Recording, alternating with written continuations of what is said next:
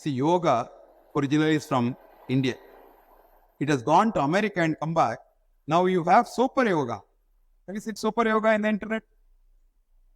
How many Tamilians here? You know Topukaranam? When you go to Pillar Temple, you do Pandriya.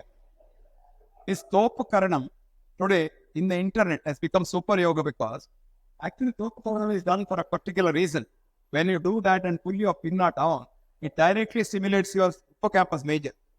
So if you're going for an exam, but here, before coming here, I wanted to Topukaranam, but Sucheta, I saw Sudhir, forgot about it. Otherwise, I would have spoken better, sensible things. I'm talking nonsense because I need to Topukaranam. You go to the YouTube and say Topukaranam, you will get that. It's called super yoga. Then you say, it's good. But if you say you do yoga, no yoga. So it must come from the, we say in Kannada, any Kannadigas here? Shankadinda bandre tirtha. You know, if you give the holy water from the temple in any other form, they don't.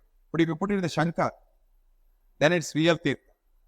So, American medicine is a Topukaranam medicine, gets transferred here. Don't believe that. Now, friends, I will tell you what I've been telling you, because the Velara said, if you want to sell an audience an idea, first tell them what you are going to tell them, which I told you. Then tell them. You can tell for any number of days. I can go on for another 2 days. But he said, don't forget to tell them what you told them at the end so that they can take it home. 3 things I told you. A, you are born to be healthy till you die. Don't try to live here forever. You will not succeed, said Bernard Shaw in his book, Doctor's Dilemma. Okay? So don't try to be here forever. Your aim should be, till I die, I should be healthy so that I don't become dependent on others. Don't be dependent on others. Think that your children will look after you, your wife will look after you, your husband will look after you. When you are seriously disabled, after some time, they all get better. Psychological inside, they'll be thinking, when will this fellow die? But outside, they'll say, no, we'll do everything. I have experience. You know, we get these old people in the village whose children are in America. So this fellow, old man, 80 years old man, gets a heart attack. He's admitted in my intensive care unit. Night 2 o'clock, I had a phone call. Till then, I was looking after his father. When I come and want to sleep, doctor, my father is admitted under you in sorts. I said, yes. How is he? Well, he has had a serious heart attack. We'll try, but we don't know. I don't know. God knows what will happen. But doctor, money is no problem. You do anything you want. I want my father alive. Then you tell him, I wish money could keep somebody alive. Now, we will do our best with or without money. But then ultimately what happens to him depends on God. So you think he's going to die, doctor?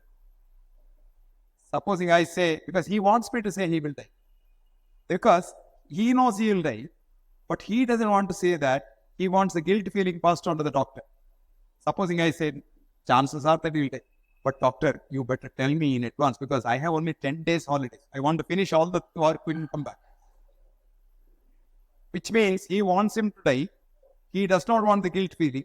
So he said, money, no problem. He thinks he can give love for money. I tell such people, if you come here and spend those 10 days now, maybe your father will not die. But then he's afraid, supposing he dies at the end of 10 days. He can't stay back. This is the problem. So don't depend on others. That must be your aim in life. To do that, think of compassion. Don't hate nobody. Don't hurt nobody. Don't even have any feeling towards somebody. And don't allow anybody to insult you.